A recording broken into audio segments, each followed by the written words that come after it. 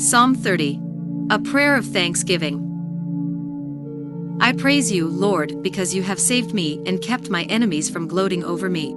I cried to you for help, O Lord my God, and you healed me. You kept me from the grave. I was on my way to the depths below, but you restored my life.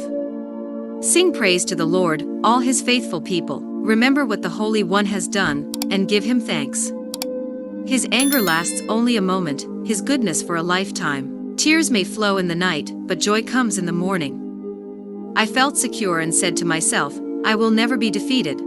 You were good to me, Lord, you protected me like a mountain fortress. But then you hid yourself from me, and I was afraid.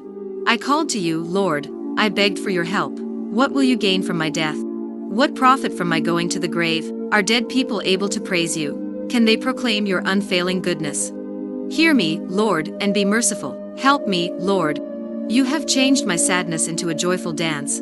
You have taken away my sorrow and surrounded me with joy. So I will not be silent. I will sing praise to you. Lord, you are my God. I will give you thanks forever.